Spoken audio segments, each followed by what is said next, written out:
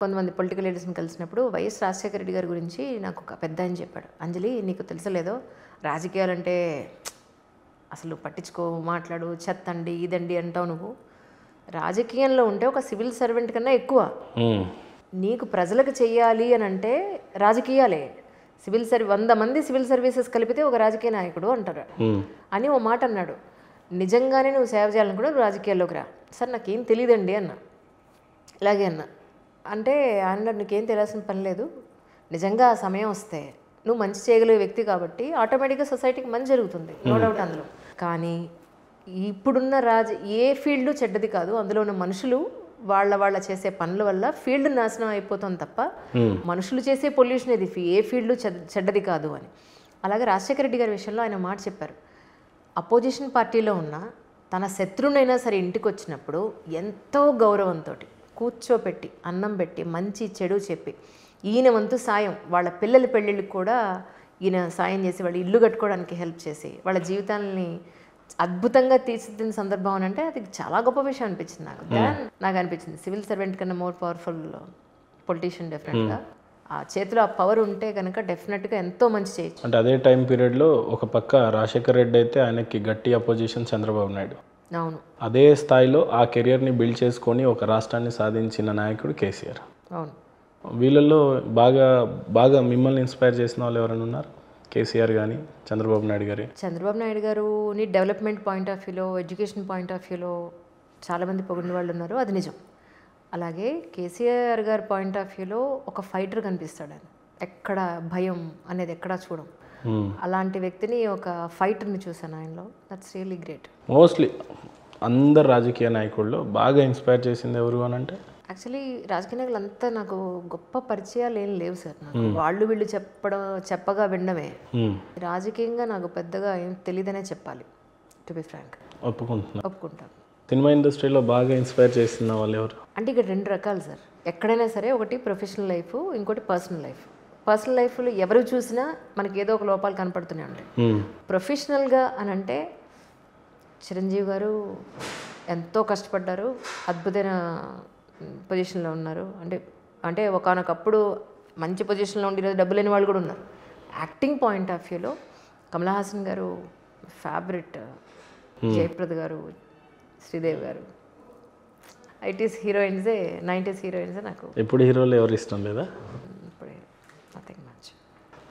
అందులో కూడా moral values చూస్తున్నారు ఏంటి? లేదు, అదే అంటున్నా. పర్సనల్ లైఫ్ని నేను ఇక్కడ పట్టించుకోను. ఓన్లీ ప్రొఫెషనల్ పాయింట్ ఆఫ్ వ్యూలో చూస్తే ఎవరు బాగా, ఏ సినిమాలో ఎవరు బాగా యాక్ట్ చేస్తే వాళ్ళే అంతే. ఈ సినిమాలో బాగా చేశాడు, ఎస్ బాగా. మీకు 40-50 ఇన్ బిట్వీన్లో ఉండొచ్చు. ఇంత సుదీర్ఘమైన ప్రయాణం అయితే చేశారు. ఈ జీవితం మొత్తంలో ఇన్స్పైర్ చేసిన పర్సన్ ఎవరు లేరా? ఉన్నారు. అబ్బాయికి పుట్టుకతోటి కళ్ళు ఉన్నాయి. యాక్చువల్లీ ఐ డ్రీమ్లో నేనే చేశాను ఇంటర్వ్యూ. అప్పుడు ఒకరోజు నైట్ అతను హాస్టల్లో, SC/ST హాస్టల్లో చదువుకుంటున్నాడు. అబ్బాయి లేచాడు, కరెంటు పోయింది, తెలియక గడియలు చువ్వలు పెట్టారు అందులో. ఆ అబ్బాయి నుంచున్నాడు, గడియలా వేస్తారు ఎవరు. చీకట్లో ఈ కంటిలో నుంచి ఇక్కడి నుంచి ఈ కంటిలోకి చువ్వ వెళ్ళిపోయింది. కళ్ళు 99% పోయాయి. ఆ అబ్బాయి ఇండియన్ క్రికెట్ ఆడాడు, ఇండియన్ టీంలో ఉన్నాడు. బ్లైండ్ ఇండియన్ క్రికెట్ టీంకి తను ఒక కెప్టెన్. అప్పటి వరకు కళ్ళున్న మనిషి సడన్గా కళ్ళు పోతే, 15 ఏళ్ల వరకు కళ్ళున్నాయి, తర్వాత కళ్ళు లేకపోతే ఏంటి చెప్పండి లైఫ్. అయినా కూడా వదలకుండా ఇండియన్ క్రికెట్ వరకు రావడం అంటే మామూలు విషయం అనిపించలేదు. అన్నీ ఇచ్చాడు రా బాబు భగవంతుడు, ఇంకెంత బాగా బతకచ్చు హ్యాపీగా. చెత్త పనులే చేయడం ఎందుకు జీవితంలో అని చాలా అనుకున్నాను నిజంగా. సొసైటీలో చాలా మీడియా ఛానల్స్ ఉన్నాయి, మీకు బాగా నచ్చిన ఛానల్? ప్రయత్నం చేస్తారు చాలాసార్లు నేను రిగ్రెట్ ఫీల్ అవుతా ఉంటా. ఒక IAS IPS తిన్నగా సమాధానం చెప్పాడు. ఇప్పుడు ఈ జర్నలిస్ట్ ఏమో చాలా రెస్పాన్సిబుల్ అన్నీ చెప్పింది. అరే నాయన, అంటే మనకు వాక్ స్వాతంత్రం అందరికీ ఉంటుంది కదా. ఇప్పుడు నేను ఈటీవీ ఇలా చెప్పనా, ఎవరికి సంబంధం లేకుండా ఒక ఈటీవీ చెప్పి బయటపడదాం. కాదు చెప్తాను. ఒక సెన్సేషన్ అక్కర్లేదు, కొంచెం స్లోగా అయినా చాలా ఏమంటారు నిబద్ధతతో చెప్తారు, ఆచితూచి చెప్తారంటే ఈటీవీ. ఒక సెన్సేషన్ కావాలి, ఏం జరిగిపోతుందిరా బాబు అసలు అని ఒక హడావిడి రిపీటెడ్గా వచ్చే న్యూస్ అని అంటే టీవీ9. టీవీ9 ఏంటి, హడావిడి ఛానలా? మీకు అలా అర్థమైందా? నన్ను ఇలా ఇరికించకండి. ఒక సెన్సేషన్ కావాలి ప్రస్తుతం ఉన్న దాంట్లో, అంటే మ్యాటర్ ఏముండదు, ఓన్లీ సెన్సేషనే ఉంటుంది. అందులో మ్యాటర్ ఉన్నప్పటికీ అంటే ఇలా ఇన్ఫర్మేషన్ రాగానే అలా వేసేస్తారు. అది తర్వాత మళ్ళీ డిస్క్లైమర్ వేసుకుని ఇలా అనుకున్నాం అలా అనుకున్నాం తర్వాత మళ్ళీ వేసుకున్నప్పటికీ ఇలా ఇప్పుడు ఛానల్స్ ఎన్ని ఉన్నాయని అందరికీ తెలుసు, ఏది ఎంతవరకు పట్టించుకుంటే అందరికీ తెలుసు. నేను బ్రాండ్ అయ్యక్కర్లేదు ఈ రోజున, నన్ను ఇరికించడానికి కాకపోతే చెప్పండి. మిగతా ఛానల్స్ నేను పెద్దగా ఏం చూడను యాక్చువల్లీ. డిజిటల్ ఛానల్లో మీకు బాగా నచ్చిన ఛానల్ ఏంటి? యూట్యూబ్ ఛానల్స్ డిజిటల్లో ఏమున్నాయి చెప్పండి? హార్డ్లీ ఐ డ్రీమ్ ఉంది, సుమన్ టీవీ ఉంది. నన్ను ఇరికించాలని చాలా గట్టిగా అనుకున్నారు. సరే కానివ్వండి, అంటే ఇంకే ఉద్దేశ ప్రకారం ఏం లేదు, నేను ఇరికించాలని నేను హానెస్ట్లీగా బెస్ట్ ఛానల్ మీకు మనసుకు హత్తుక్కొని అమ్మాయి చాలా బాగుంది అనే కంటెంట్ ప్రొడ్యూస్ చేస్తుంది అని యూట్యూబ్ పరంగా మీకు నచ్చిన ఛానల్ హానెస్ట్గా చెప్పుకోండి. ఐ డ్రీమ్ అంటే మన ఛానల్ రానంత వరకు కూడా I dream is the best content produce చేసింది. అది నేను గట్టిగా నమ్ముతున్నాను. మీ ఫ్రెండ్స్ చాలా క్లోజ్ ఫ్రెండ్ ఎవరు? ఎందులో? మీడియాలో అంటున్నారా? ఎక్కడైనా మీకు ఒక ఫ్రెండ్ ఉంటారు కదా, క్లోజ్ ఫ్రెండ్ ఎవరు? మీడియాలో ఉన్నారు, బయట పర్సనల్గా ఉన్నారు. అయ్యా, అంజలికి ఒక్క క్లోజ్ ఫ్రెండ్ కూడా లేరు పాపం. తక్కువ అని కూడా చెప్పట్లా, ఒకళ్ళ పేరు చెప్తే ఇంకొకరికి ఏమైద్దని. నాకు చాలా మంచి క్లోజ్ ఫ్రెండ్స్. ఓకే. తర్వాత స్వప్న ఎక్కువ ఇష్టమా మీకు, ప్రేమ అంటే ఎక్కువ ఇష్టమా? ఇరికిద్దామని గట్టిగా అనుకున్నారండి. దీంట్లో ఇరికించడం ఏముంటుందండి, సూటిగా చెప్పలేరా మీరు? లేదు అలా ఏమిటి మీరు అసలు వీళ్ళిద్దరు చెప్తే ఇందులో ఎవరి ఇష్టం అని అంటే ఏం మాట్లాడతాం? ఏముంటది, ఇప్పుడు ఒక జడ్జిగా తీసుకెళ్తాను నేను మిమ్మల్ని. నలుగురు బాగా ఆడారు, నలుగురికి విన్నర్స్ అంటారా మీరు? అచ్చా అలా వచ్చారా? గేమ్ వేరు, ఫ్రెండ్స్ వేరు కదా. అదే ఫ్రెండ్షిప్లో ఎక్కువ ఇష్టం ఎవరు అని అడుగుతాం మనం, దాంట్లో ఉందండి. ఇంకొకరు ఫీల్ అవుతారా? అంతే కదా, ఒకళ్ళు ఇష్టం అని చెప్తే ఇంకొకళ్ళు ఫీల్ అవ్వకండి అని చెప్పండి, ఒకళ్ళ పేరు చెప్పండి, ఇంకొకరిని ఫీల్ అవ్వకండి అని చెప్పండి. స్వప్న ప్రేమ చాలా స్ట్రైట్ ఫార్వర్డ్గా మాట్లాడుతుంది. నాకు వద్దండి, మీరు స్ట్రైట్గా చెప్పండి. ఆ స్ట్రైట్గానే మాట్లాడతాను. ఆ జోనర్లో తనంటే ఇష్టం, వద్దండి, ఒకరికి ఓటేయండి.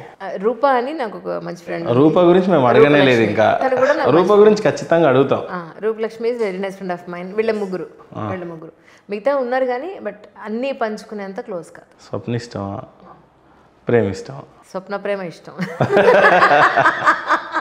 ఓకే, ఒకళ్ళ పేరు చెప్పలేరు, మరి సొసైటీ గురించి ఇంత బాగా మాట్లాడారు, సూటిగా చెప్పలేరు. ఇప్పుడు ప్రతి మనిషిలోనూ ఇప్పుడు మీరే ఉన్నారు సార్, మీరే ఉన్నారు, మీలో మీకు నాకు నచ్చే విషయాలు ఉంటాయి, నచ్చని విషయాలు కూడా ఉంటాయి. అంత మాత్రం చేత ఏది ముందు, అవును, ఏది నచ్చదో ఏది నచ్చుతుందో చెప్తారు కదా మీరు, చెప్పరా? చెప్తాను. అట్లా వీళ్ళిద్దరిలో ఎవరి ఇష్టమో చెప్పండి. అంతే, ఇద్దరిలోనూ నచ్చే ఉంటే, ఇద్దరిలో నచ్చిన ఉంటే ఎవరు ఎక్కువ అంటే ఏం చెప్తాను సార్, మీరు బాగున్నారు. అదేంటండి చెప్పరా? ఇద్దరు పిల్లలు ఉంటారు, మా పిల్లలు ఇద్దరిలో ఎవరి ఇష్టమో చెప్పండి అంటే. అందుకే పిల్లలు కాబట్టి అడిగాను. ఇక్కడ ఫ్రెండ్స్ కూడా నాకు శిక్షణతోనే అడిగాను నేను. అదే ఫ్రెండ్స్ కాబట్టి ఇద్దరిలో ఒకళ్ళని ఉంటారు. సరే సరే, మీ అవసరానికి ఎక్కువగా నిలబడిన ఫ్రెండ్ ఎవరు, ప్రేమ స్వప్న? అవసరానికి ఎవరు నిలబడలేదు సార్, అంటే నేను ఎవరిని ఎప్పుడూ అడగలేదు. అయ్యో స్వప్న గారు, ప్రేమ గారు ఆమె అవసరానికి నిలబడలేదట. వినండి, అవసరానికి నిలబడలేదంటే దేహి అని, ₹1 కావాలని, నాకు ఇది చెయ్యి అని ఎప్పుడూ ఎవరిని అడగలేదు. నేను అడిగింది ఎప్పుడు ఏంటంటే, నా సిచ్యువేషన్ ఇలా ఉంది, ఇది ఇలా ఉంది, ఏది చేస్తే బాగుంటుంది అని అడిగింది. అప్పుడు వాళ్ళ పాయింట్ ఆఫ్ వ్యూలో వాళ్ళు చెప్తారు. వాళ్ళు చెప్పినా వీళ్ళు చెప్పినా ఎవరు చెప్పినా. మెచ్యూరిటీ పరంగా ప్రేమ బాగుంటుందా లేకపోతే స్వప్న గారా? ఇద్దరిది నెక్స్ట్ లెవెల్ అండి, ఓదానికి దీనికి సంబంధం లేదు, ఎలాగో చెప్తాను మీకు. అసలు వాళ్ళిద్దరు కాదు, నెక్స్ట్ లెవెల్ మీరే. మల్లెపూ, ఇంకో పువ్వు ఎందుకు మేడం? అదే చెప్తున్నా, దీని వాసన దీనికి, దీని లుక్ దీనికి, ఇక్కడున్న నాలెడ్జ్ వీళ్ళ దీనికి, వీళ్ళ ఉన్న డెప్త్ నాలెడ్జ్ వాళ్ళది, ఎవరిది వాళ్ళదే. మనం అన్కంపారబుల్ ఇండివిజువల్స్ వాళ్ళిద్దరు, ఇద్దరిని మనం కంపేర్ చేయలేము. అవును మేడం, మీకు ఎంత తెలివితేటలు ఉన్నాయంటే మీరు ఏమైనా చెప్తారు కానీ ఉన్నది చెప్పరు. సార్ నేను ఉన్నదే చెప్తున్నాను. ఇద్దరు ఒకరు చెప్పండి అంటే చెప్పారు. ఇప్పుడు మిమ్మల్ని గిన్నిస్ బుక్ కోసం కూర్చోబెడితే ఏం చేస్తారు మేడం? అందరికి ఇచ్చేస్తారా? ఒకరికైతే ఇస్తారు కదా. అదే కదా, ఒకరికి ఓటేయండి మేడం. చెప్పాక స్వప్న ప్రేమ అని. స్వప్న పేరు ఫస్ట్ చెప్పారు కాబట్టి స్వప్న ఎక్కువ అనుకోవచ్చా నేను? ఇరికిద్దామని గట్టిగా అనుకున్నాను, విషయం అర్థమైంది. ఇంతకి చెప్పలేకపోతుంది అని అంటే 100% ఇద్దరిలో ఒకరు ఇష్టము అని చెప్పలేకపోతుంది అని అంటే అంత మనసు గెలుచుకోలేకపోయారు అంజలి. ఇదైతే అంతే కదండి. ఇక్కడ ఇరికిస్తున్నారు నన్ను. లేదు, మీరే ఇరుక్కుంటున్నారు. చెప్పండి. సింపుల్గా చెప్పేస్తే అయిపోయేది, ఇంతే కన్వర్జేషన్ అది. నువ్వు అదే చెప్తున్నా, మీరే ఇంత చేసుకుంటున్నారు. సరే చెప్పండి. చెప్పండి, ఇద్దరు ఎవరంటే ఇష్టం? అరే నారాయణ, మళ్ళీ అక్కడికే వచ్చారు. 2 ఇండివిజువల్స్ అండి వాళ్ళు, అలా చెప్పలేం, కష్టం. జీవితంలో మీ కష్టం కంటే మించి ఏది పెద్ద ప్రయారిటీ ఉండదు అంజలి గారు.